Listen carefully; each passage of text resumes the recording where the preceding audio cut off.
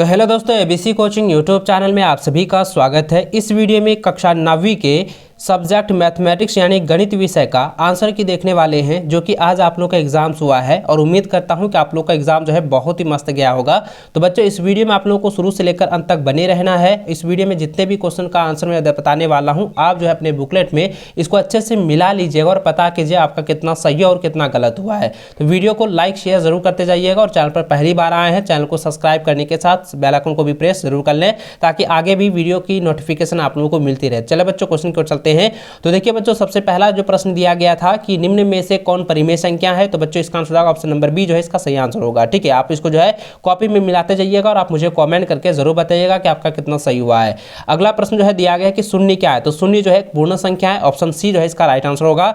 आगे बढ़े, तीसरा नंबर सवाल दिया गया है कि 0.3 पर यहाँ पे जो ऊपर दिया है रेकड़ बराबर है, यानी कि दोस्तों 0.3 रेकड़ का मतलब होता है 3 जो है वो लगातार आ रहा है, तो इसको हम निकालेंगे तो ये हो जाएगा ऑप्शन नंबर ए इसका सही आंसर होगा 1/3। ठीक है, चलिए आगे बढ़ते हैं। अगला प्रश्न है चौथा नंबर दिया गया है कि 1/√2 का परिमेयकरण करें, तो इसका परिमेयकरण करेंगे तो इसका आंसर होगा √2/2 हो जाएगा, ऑप्शन नंबर बी इसका सही आंसर होगा। आगे बढ़े, पांचवा नंबर सवाल दिया है कि 36 पर पावर 1/2 का मान होगा, तो इसका आंसर क्या हो जाएगा 6 हो जाएगा, ऑप्शन नंबर सी इसका सही आंसर होगा। क्योंकि दोस्तों 6 पर स्क्वायर करेंगे तो ये हो जाएगा 36, ठीक है, और गुना करेंगे 1/2 तो ये 2 कट जाएगा तो कितना बचेगा, सिर्फ 6 ना बचेगा, तो ऑप्शन नंबर सी इसका सही आंसर होगा। आगे बढ़े तो यहाँ पे छठा नंबर दिया गया है कि 2 + √2 × 2 - √2 यानी कि a + b × a - b का फॉर्मूला अगर यहाँ पे निकालेंगे तो क्या हो जाएगा a² - b² हो जाएगा ना, तो ये a² - b² का फॉर्मूला हम निकाल देंगे। तो इसका भी फॉर्मूला से अगर निकालेंगे बच्चों ना, तो इसका आंसर क्या होगा, तो ये हो जाएगा 2 हो जाएगा, ऑप्शन नंबर ए जो है ना इसका सही आंसर होगा। ठीक, इसको आप लोग जो है ना टिक लगा लीजिएगा। चलिए आगे बढ़ते हैं। चलिए आगे बढ़ते हैं बच्चों। देखिए आगे जो है सातवां नंबर सवाल यहाँ पे देखिए दिया गया है कि निम्नलिखित में से कौन बहुपद नहीं है, तो बहुपद नहीं है ये पूछा गया है, तो यहाँ पे हो जाएगा ऑप्शन नंबर सी जो है ना इसका सही आंसर होगा। ठीक है, ऑप्शन नंबर सी जो है ये क्या होगा, ये बहुपद नहीं है। अगले देखिए आठवां नंबर दिया गया कि निम्नलिखित में से कौन त्रिघाती बहुपद है, तो त्रिघाती बहुपद पूछा गया, तो यहाँ पे हो जाएगा ऑप्शन नंबर डी इसका राइट आंसर होगा त्रिघाती बहुपद में। ठीक है, 9 नंबर दिया गया है कि 2 + x² + x में x² का गुणांक, तो x² का गुणांक कितना है 1 है, तो यहाँ पे ऑप्शन नंबर बी जो है इसका सही आंसर होगा। चलिए आगे बढ़ते हैं। अगला सवाल 10वां नंबर दिया गया कि px = 2x + 1 का शून्यक होगा, तो इसका आंसर हो जाएगा -1/2, ऑप्शन नंबर बी इसका सही आंसर होगा। आगे बढ़े, 11 नंबर दिया गया है कि 3x² + x + 1 को x - 1 से भाग देने पर शेषफल प्राप्त होगा, तो बच्चों इसका सोल्यूशन करेंगे, हल ज्ञात करेंगे, तो इसका आंसर हो जाएगा शेषफल जो है 5 आएगा, ऑप्शन नंबर सी जो है इसका सही आंसर होगा। आगे बढ़े, 12 नंबर दिया गया कि निम्न में से कौन 2 चर वाला रैखिक समीकरण है, तो इसका आंसर होगा option number D 2x + y = 7। ठीक है, आगे बढ़े, 13 नंबर दिया गया है कि x - y = 2 का हल होगा, तो बच्चों यहाँ पे देखिए x का मान जो निकलेगा, x का मान कितना निकलेगा 4 निकलेगा, और y का मान जो है वो 2 निकलेगा, जो कि ऑप्शन नंबर 20 का सही आंसर होगा। ठीक है, आप इसको जो है बना लीजिएगा। आगे बढ़ते हैं बच्चों, इसको मिलाते जाइए। आगे बढ़ते हैं, 14 नंबर दिया गया है कि 2 चर वाले रैखिक समीकरण के हल होते हैं तो अनंत होते हैं, ऑप्शन नंबर सी इसका सही आंसर होगा। आगे बढ़े, 15 नंबर दिया है कि बिंदु -3 और -5 के चतुर्थांश में स्थित है, तो यह बच्चों किस चतुर्थांश में स्थित होगा, ये जो है तृतीय चतुर्थांश में स्थित होगा। ठीक है, इसको आप लोग जो है ना अच्छे से जो है मिला लीजिएगा। ठीक है, क्योंकि ये जो है ना बहुत बार एग्जाम में पूछा गया, बच्चे इसी में जो है कंफ्यूज ज़्यादा हो जाते हैं। चलिए आगे बढ़ते हैं। 16 नंबर दिया गया है, कहता है कि बिंदु सी का निर्देशांक, तो सी का निर्देशांक पहले क्या लिखते हैं, x का लिखते हैं और बाद में y का लिखते हैं, तो x जो है -5 है और y कितना है 2 है, तो यानी कि -5 2, ऑप्शन नंबर ए इसका सही आंसर होगा। ठीक है, आगे बढ़ते हैं। अगला प्रश्न जो है 17 नंबर दिया गया है कि 105 डिग्री का संपूरक कोण होगा, तो संपूरक कोण निकालेंगे 75 डिग्री इसका सही आंसर होगा, option number D right answer होगा। ठीक है, 18 नंबर सवाल दिया गया कि यदि 2 कोणों का योग 90 डिग्री हो तो उन कोणों को क्या कहते हैं, उसे समकोण कहते हैं, ऑप्शन नंबर 20 का सही आंसर होगा। ठीक है, चलिए आगे बढ़ते हैं। यहाँ पे ये दिया गया है कि 2 कोणों का योग जो है 90 डिग्री है, जरा ध्यान दीजिएगा, यानी कि कोण ए + कोण बी का मान जो है ना वो 90 डिग्री है, तो वो कोण क्या कहते हैं, तो उस कोण को हम लोग पूरक कोण कहते हैं। ठीक है, ये ऑप्शन नंबर सी जो है इसका सही आंसर होगा। ठीक है, अगर ये कहता कि यदि एक ही कोण का मान जो है वो 90 डिग्री है तब हम उसे समकोण कहते हैं, लेकिन यहाँ पे क्या हो जाएगा, ऑप्शन नंबर सी इसका सही आंसर होगा, पूरक कोण होगा। आगे बढ़ते हैं बच्चों, अगला प्रश्न देखिए, यहाँ पे दिया गया है कि आकृति में ए ओ बी एक सरल रेखा में एक्स का मान होगा। तो देखिए यहाँ पे जो है ये कितने डिग्री का कोण बनाएगा, 180 डिग्री। 180 डिग्री में क्या करेंगे, 82 डिग्री घटा देंगे तो कितना आएगा, 98 डिग्री। तो इसका ऑप्शन नंबर ए इसका सही आंसर होगा। ठीक है, चलिए आगे बढ़ते हैं। नेक्स्ट क्वेश्चन जो है दिया गया है 20वां नंबर, कहता है आकृति में x का मान होगा। तो बच्चों यहाँ पर जरा ध्यान दीजिएगा, ये x जो है ये बाह्य कोण है। अब इसका सॉल्यूशन करेंगे तो इसका आंसर कितना आएगा, 100 डिग्री आएगा। ठीक है, तो ऑप्शन नंबर सी जो है इसका सही आंसर होगा। आगे बढ़े बच्चों, 21 नंबर सवाल देखिए, यहाँ पे दिया गया कि त्रिभुज के तीनों कोणों का योग कितना होता है, 180 डिग्री होता है। ये बहुत ही उम्दा सवाल है, बहुत ही आसान सवाल पूछा गया है।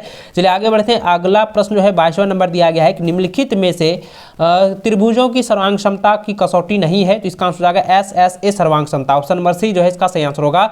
आगे बढ़े बच्चों, 23 नंबर सवाल दिया गया है कि कौन ए बराबर कौन पी, कौन बी बराबर कौन क्यू और ए बी बराबर पी क्यू हो। तो अब यहाँ पे कहता है, जरा ध्यान दीजिएगा, एकदम बहुत ही आसान सवाल दिया गया है। तो बच्चों इसका सही आंसर होगा त्रिभुज ए बी सी जो है सर्वांगसम होगा त्रिभुज पी क्यू आर के। ऑप्शन नंबर ए जो है ना इसका सही आंसर होगा।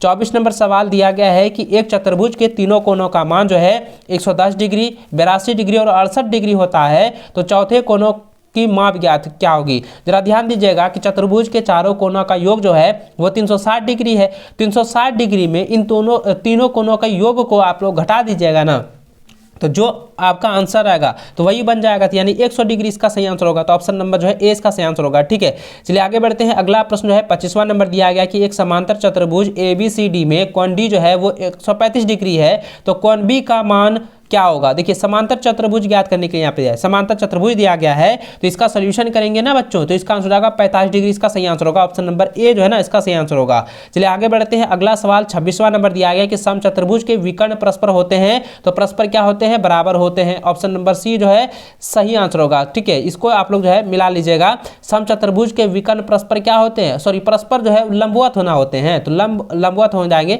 ऑप्शन नंबर सी जो है इसका सही आंसर होगा। ठीक है, चलिए आगे बढ़ते हैं। अगला सवाल दोस्तों यहाँ पे दिया गया 27 नंबर की, एक ही आधार और एक ही समांतर रेखाओं के बीच स्थित समांतर चतुर्भुजों के क्षेत्रफल में होते हैं, तो क्या होते हैं, बराबर होते हैं। ऑप्शन ए इसका सही आंसर होगा।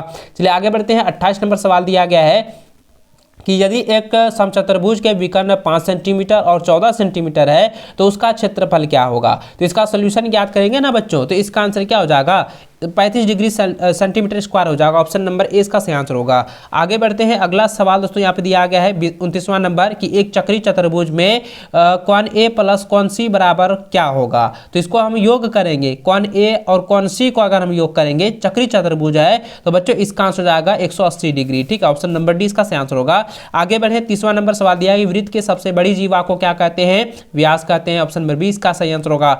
आगे बढ़े। 31 नंबर सवाल दिया है पटरी और प्रकार की सहायता से कौन की रचना संभव नहीं है, तो कौन की रचना के संभव नहीं है, तो ये हो जाएगा 40 डिग्री। ठीक है, ऑप्शन नंबर जो है 20 का सही आंसर होगा। आगे बढ़े बच्चों। अगला सवाल यहाँ पे देख सकते हैं।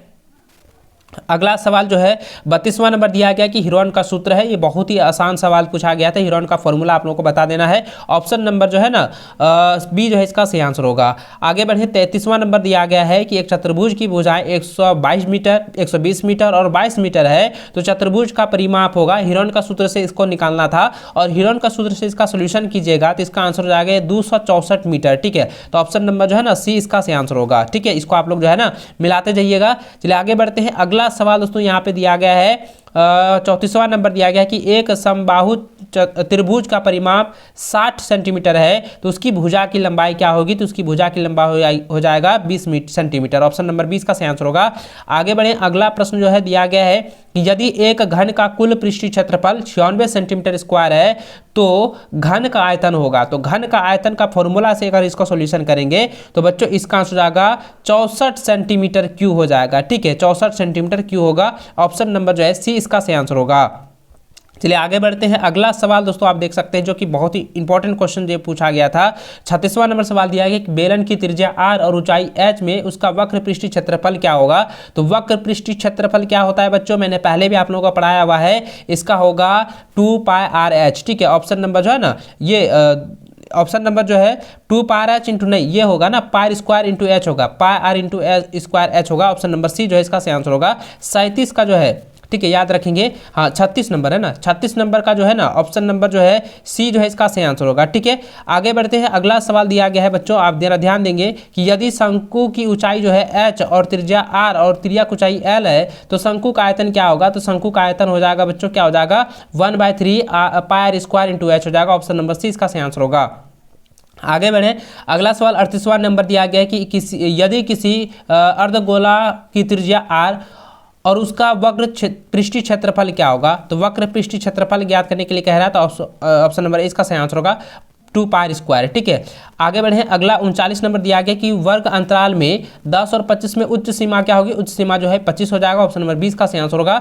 40वां नंबर दिया गया है कि यदि किसी सिक्के को एक बार उछाला जाता है तो चित आने की प्रक्रिया क्या हो जाएगी? 1/2 हो जाएगा। ऑप्शन नंबर जो है ना ए इसका सही आंसर होगा। तो दोस्तों इस प्रकार से मैथमेटिक्स का जो है 40 ऑब्जेक्टिव क्वेश्चन को हम लोग देख लिए, इसको आप लोग मिला लीजिए और मुझे कॉमेंट करके जरूर बताइएगा कि आपका कितना सही हुआ है। वीडियो को लाइक शेयर जरूर करते जाएंगे।